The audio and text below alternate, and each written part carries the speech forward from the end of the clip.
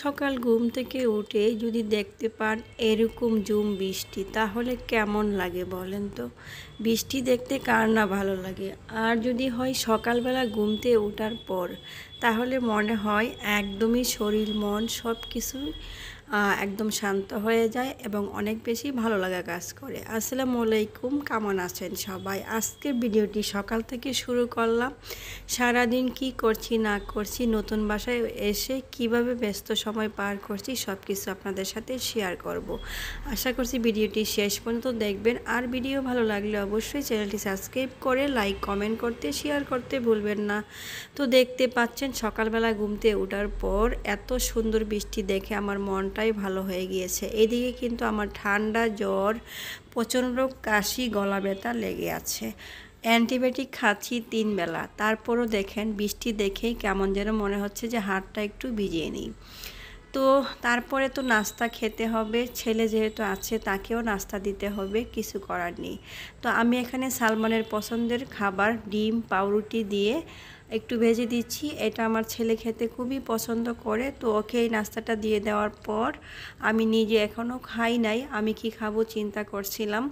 আর এদিকে আমি ডিম মাসকলার ডাল বড়ি নতুন আলু দিয়ে তো এখানে একটা রান্না করে নিলাম। এটা দেখতে পাচ্ছেন, এটা খেতে আমার কাছে একটু ভালো লাগে, যেহেতু জ্বর আসছে, প্রচণ্ড গলা ব্যথা, সর্দি লাগছে, খেতে পারছি না, তো ভাবলাম একটু ডিম আলু রান্না করি, এটা হয়তো খেতে ভালো লাগবে। আর এদিকে পেঁয়াজ মরিচ রসুন ভেজে রাখছি, এটা দিয়ে কালো জিরার ভর্তা করব। কালো জিরা খেলে নাকি ঠান্ডা অনেকটা কমে যায়।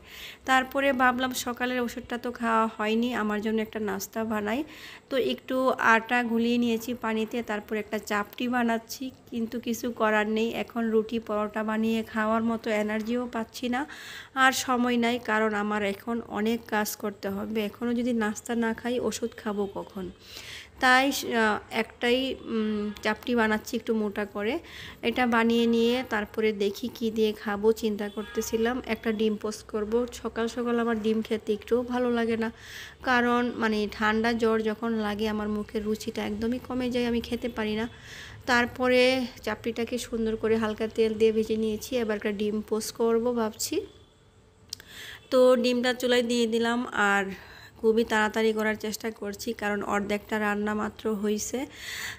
শুধু ডিম তরকারি রান্না করেছি, আরও তো কিছু রান্না করতে হবে, যার কারণে খুবই তাড়াতাড়ি করে খাবারটা শেষ করে ওষুধটা খেয়ে নিব। তারপরে এখানে ডিমটা পোস্ট করে নামিয়ে নিলাম। আগের বানানো একটু সবজি ছিল, ওটাকে গরম করে নিয়ে ভাবছি এইভাবে খাবো। আর এখানে মিষ্টি আলু সিদ্ধ করে রাখছিলাম, এটা দেখি নাস্তার পরে মাঝখানের সময় যখন কাজ করতে করতে আমি অনেক বেশি ক্লান্ত হয়ে যাই, তখন আমি আর কি একটু মিষ্টি আলু খাবো। আর দেখতে পাচ্ছেন রান্নাঘরের কি পরিমাণ অবস্থা, কারণ রান্নার পরে রান্নাঘর পরিষ্কার করতে আমার 1 থেকে 2 ঘন্টা লেগে যায় শুধু রান্নাঘরে। আর বাহিরে যে কাজগুলো আছে, ঘরের যে কাজ আছে সেগুলো তো পরেই আছে।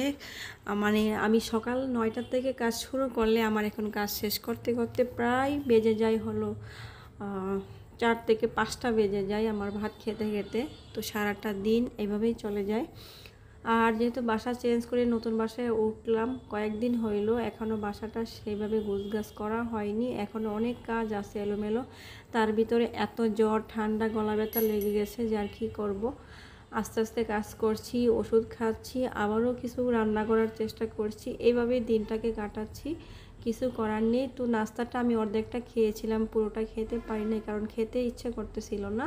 তারপরে ওষুধটা খেয়ে নিলাম। আর এদিকে আমার ছেলেরও খুবই ঠান্ডা লাগছে, তো অনেক দিন দুধ চা খাওয়া হয় না, তাই আজকে দুধ চা বানাচ্ছি। জানি না কেমন হবে, আমি দুধ চা খাই না, আমি রং চা খাই। তো আজকে ভাবলাম যেহেতু দুধ জাল করেছি একটু দুধ চাই বানাই, সালমান আর আমি দুইজন মিলে খেয়ে নিব। তো এখানে দেখতে পাচ্ছেন চাটাকেও ঢেলে নিচ্ছি, এদিকে রান্নাও করছি, নাস্তা করছি, এক হাতে সব কিছু আমি যত তাড়াতাড়ি করা যায় সেভাবে চেষ্টা করি, চারিদিক দিকে কাজ করি, যেটাই হবে। এইভাবে আমার হলো কাজ যত তাড়াতাড়ি শেষ হবে আমার এতই শান্তি। তো দেখতে পাচ্ছেন চাটা বানিয়ে নিলাম, এখন চা খাবো। চা খাওয়ার পর আমি এখানে একটু ভেন্ডি ভাজি করব। তো ভেন্ডিটা কেটে আমি দেখেন ভেন্ডি ভাজি করি, এত মজা হয় এভাবে ভেন্ডি ভাজি করলে, একটার গায়ে একটা লাগবে না, কোনো আঠালো ভাব থাকবে না, একদমই ঝরঝরা হবে, আর খেতেও কিন্তু অনেক বেশি ভালো লাগে। কে আমার এই ভেন্ডি ভাজি রেসিপি চান প্রথম থেকে দেখতে তারা অবশ্যই কমেন্ট করবেন। আর এইভাবে ভেন্ডি ভাজি করে একদিন খেয়ে দেখবেন আমার রেসিপি দেখে।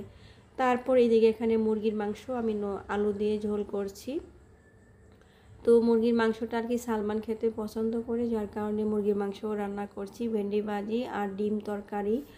তো আজকে সারা দিন চলে যাবে। আর যেহেতু আমাদের সিলিন্ডারে রান্না করি, আমি একবারে দুপুরবেলা রান্না করি, রাতে আর কোনো রান্না করি না। এইভাবেই আর কি দিনটা চলে যাবে। আল্লাহ বাসায় রাখলে আবার পরের দিন রান্না করব, এই আর কি। আর বিকালে হালকা পাতলা নাস্তা লাগলে করি। আর দেখেন রান্না কিন্তু শেষ। আর আমার চুলার অবস্থা কি পরিমাণ খারাপ। তো এইগুলো পরিষ্কার করতে আমার প্রায় 2 ঘন্টার মতো সময় লেগে গিয়েছিল।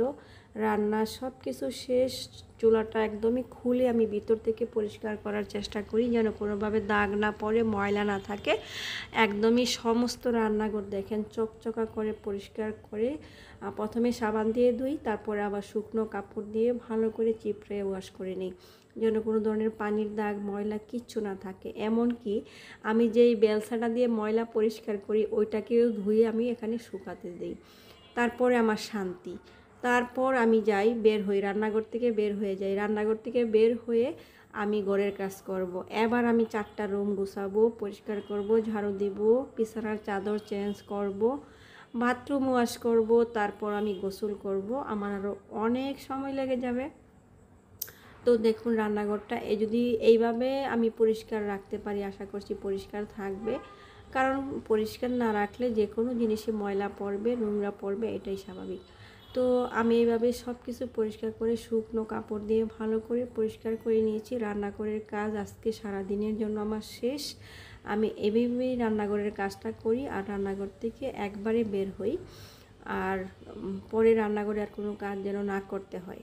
দেখেন একদম নিচটা পর্যন্ত মানে একদম টাইলসগুলোকে সুন্দর করে সাবান দিয়ে ভালো করে মুছে নিয়েছি, যেন ঘর মোছার সময় আমাকে আর রান্নাঘর না পরিষ্কার করতে হয়। রান্নাঘরে আমি আজকে আর ঢুকবো না, একদম খাওয়ার সময় ঢুকবো। আর হলো সন্ধ্যার পরে আবার তরকারিগুলো গরম করব অথবা চা করব, এই হলো কাজ। তো এভাবে পরিষ্কার রাখার চেষ্টা করছি, দেখি কত দূর করা যায়। তো তারপরে দেখেন এই দিকে এই সোফাগুলো আমি মানে বানাতে দিয়েছিলাম আমরা। আর এই যে দেখেন মেন দরজা খোলা, মানে লোকজন 2টা উঠাইছে, বেনে করে নিয়ে আসছি। আর একটা এখনও কিন্তু নিচে রয়েছে, মানে 3টা হলো সোফা আমরা বানিয়েছি, একটা 3 সিটের, একটা 2 সিটের, একটা 1 সিটের। তো এটা হলো আমার ছেলের রুম। দেখেন ছেলে আবার এখানে পাকনামি করে, বিছানার চাদর তাকে নতুন করে বিছাই দিতে হবে। মানে পুরান একটা চাদর বিছাইছিলাম, যেন এটা কয়েকদিন ময়লা হলে এটা চেঞ্জ করে তারপরে ঈদের আগে ভালো চাদর ওকে বিছিয়ে দিব। এটা আর তার হবে না, তাকে এখনই নতুন চাদর করে দিতে হবে। যার কারণে সে বিছানা থেকে বালিশগুলো নামিয়ে সব কিছু নামিয়ে নিচে ফেলে দিয়ে গেছে। আমি তাকে এখন চাদর চেঞ্জ করে তার রুম পরিষ্কার করব, আমার রুম পরিষ্কার করব। তারপরে দেখতে পাচ্ছেন এখানে যে সোফাগুলো অর্ডার করেছিলাম সবগুলোই কিন্তু মোটামুটি বাসায় চলে আসছে। আর এদিকে আমি ঘরটাকে গুছিয়ে নিয়েছি, একদমই জায়গায় রেখে পরিষ্কার টরিষ্কার করে একদম সুন্দর করে এইভাবে রেখে দিয়েছি। তবে হ্যাঁ, বসার রুমে মনে হচ্ছে আরও কিছু জিনিস কিনতে হবে, জানি না কবে কিনবো। তবে নতুন বাসায়, নিজের বাসায় উঠেছি, সেটাই শান্তি। এখন আস্তে আস্তে অনেক কিছু কিনতেই পারবো, হয়তো পারে একটু সময় লাগবে, কিন্তু কিনে ফেলবো আস্তে আস্তে, সমস্যা নাই। আর এদিকে টিভিটা এখনও লাগানো হয়নি, কারণ টিভি এখন এটা ছোট হয়ে যায় এই জায়গায়, আগের বাসায় ছিল। তো আমি বলতেছিলাম যে এটাই লাগিয়ে নেই, তবে সালমানের বাবা বলছে না, এত ছোট টিভি এখানে দিলে সুন্দর লাগবে না, এখানে বড় সাইজের টিভি কিনে যখন কিনবো তখনই এখানে লাগিয়ে নিব। তাছাড়া এখানে বারবার মানে ফুটা করা যাবে না, এটা থাক এভাবেই, আমি পরে টিভি কিনে আর কি সেট করব। তো এখানে ক্যাবিনেট করার ভিতরে কিন্তু এখনও অনেক জিনিস কিনে সাজাতে হবে। আর এদিকে আমার ছেলে এগুলো সাজিয়েছে। তো ছোট মানুষ, ওর পছন্দ, কিন্তু খারাপ না, সুন্দর করেই সাজিয়েছে আর দেখতেও ভালো লাগতেছিল। তবে আমি আবার চেষ্টা করব বাহিরে গেলে অনেক সুন্দর সুন্দর জিনিস কিনে এনে এই বসার রুমটাকে সুন্দর করে সাজিয়ে নিতে। তো আমার সোফাগুলো কেমন হলো দেখতে অবশ্যই কমেন্ট করে জানাবেন। বাসায় আনার পর মনে হচ্ছে না, দাম যতটুকু হয়েছে মানে মোটামুটি সুন্দরই হয়েছে জিনিসগুলো। আর এই পাশে আমি সুকেশটা রাখছি, সুকেশটাকেও কিন্তু সুন্দর করে কাছের জিনিস দিয়ে সাজিয়ে নিয়েছি। তো এইভাবে বাসাটাকে সারা দিন কাজ করে গোছগাছ করে নিচ্ছি। ভালো থাকবেন সবাই, আল্লাহ হাফেজ।